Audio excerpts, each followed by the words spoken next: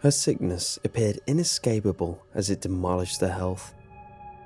My mother's weakness seemed to exacerbate the illness. The discomforting fact about her sickness was that doctors had no ability to determine what was causing it. Slowly and gradually, each day, her body began to deteriorate. First, her nails began to snap. Then her hair began to fall in clumps. And now her skin was peeling uncontrollably. It was as if she were being slipped chemo pills. By this time, our house no longer felt like a home. It was transforming into a hospital. First, she had one caretaker, then two. Now we have 5 in the house. IV bags are strung about her room, and medical supplies are scattered around the house. My mother's bed has become the only place she spends her days. In fact, I haven't seen her leave bed in nearly a week.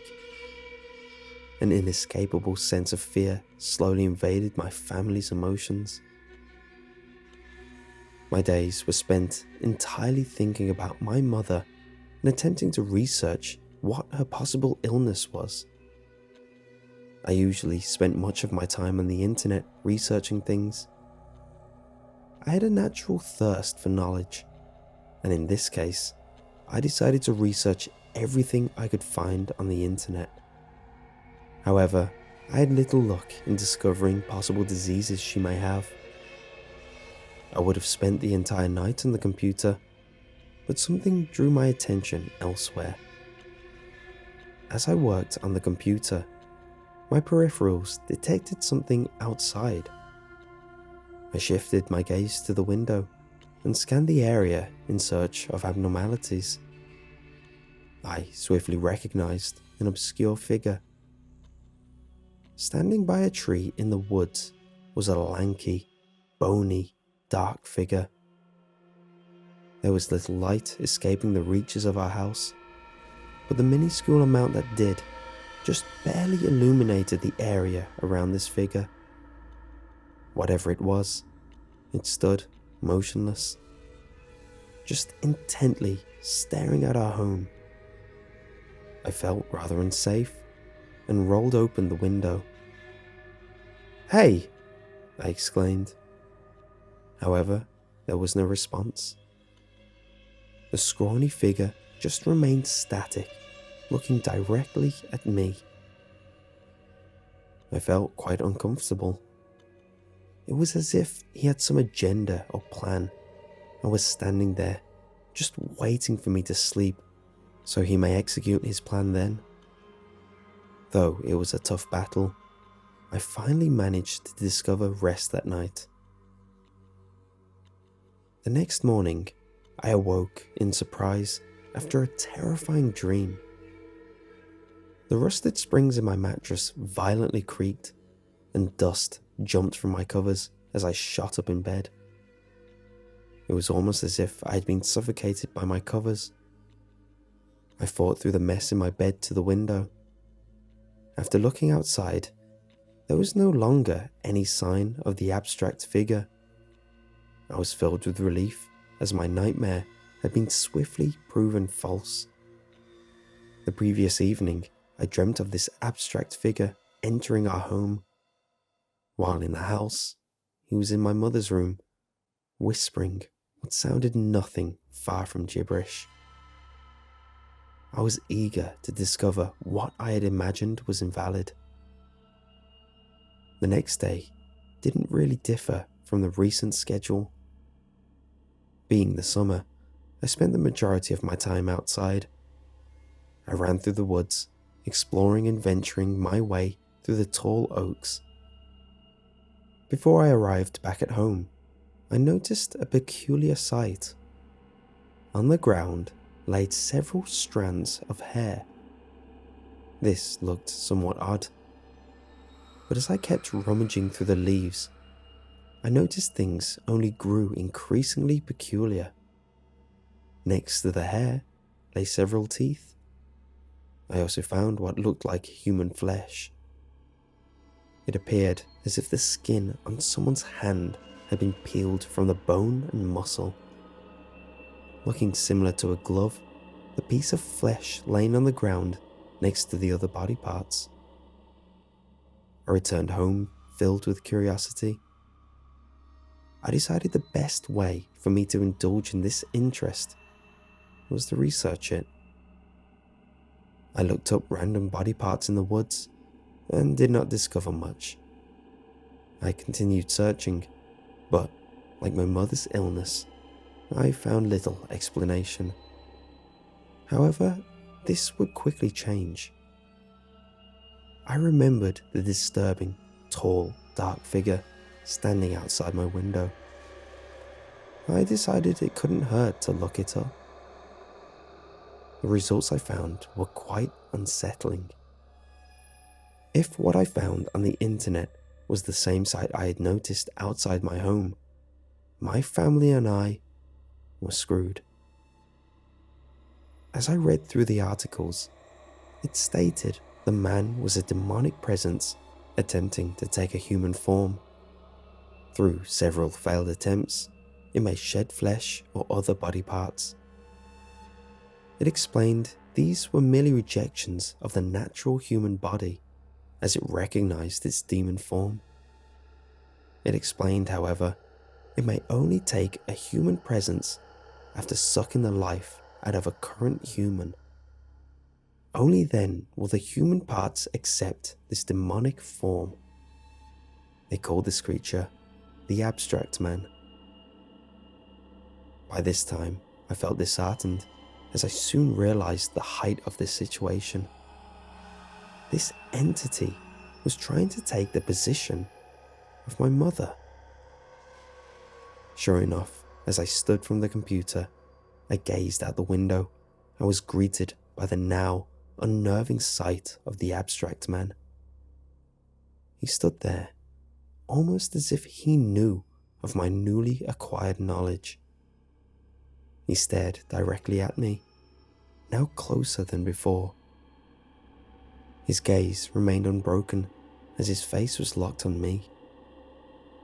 I couldn't make out any human in his face, as he had no eyes, nose, or mouth. The scraggly form was totally devoid of colour or definition. Now feeling disturbed, I remained in bed the entire night, worried for when the Abstract Man would strike.